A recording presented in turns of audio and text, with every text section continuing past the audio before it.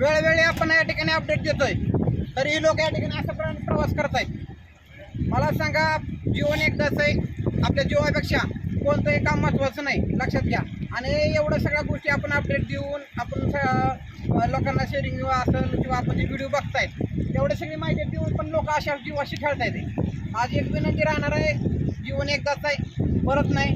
हे पाणी लक्षात घ्या. आपलं काम जीवापेक्षा कोणतंही काम मोठं नाही. आपला जीव सांभाळा, हे लक्षात घ्या.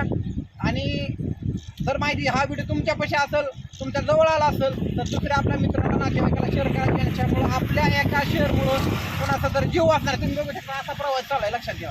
असा प्रवास योग्य आहे का? तुम्ही कमेंटमध्ये सांगा. बघा कशा पद्धतीने प्रवास केला. आता ते मध्ये उभं राहिला, त्याची गाडी बंद पडलेली. अचानक जर पाण्याचा प्रवाह वाढला तर मला सांगा याच्यामध्ये काय होऊ शकतं. किती लोक रिस्क घेतात आहे, एवढं लोक प्रशासन सांगतोय. आणि प्रशासनाला परत एकदा विनंती करतोय, दोन्ही साईडच्या इंदापूर असेल आणि माडा असेल, या दोन्ही साईडच्या प्रशासनाला विनंती राहणार आहे माझी. हे रस्ते बंद करा, वाहतुकीसाठी बंद करा, पर्यायी मार्ग ठेवू नका. जिथं पर्यायी मार्ग असेल तिथं तुम्ही प्रवास जरूर करावा, पण असे रिस्क घेऊन प्रवास करू नका. तुम्ही बघू शकता इथं गाडी बंद पडली मध्ये आता, तरी या ठिकाणी प्रवास चालू आहे. म्हणजे पाण्याचा एवढा प्रवास असताना सुद्धा काम महत्त्वाचं आहे काय त्याच्यापेक्षा, म्हणजे जीवापेक्षा काम महत्त्वाचं नाही, लक्षात ठेवा.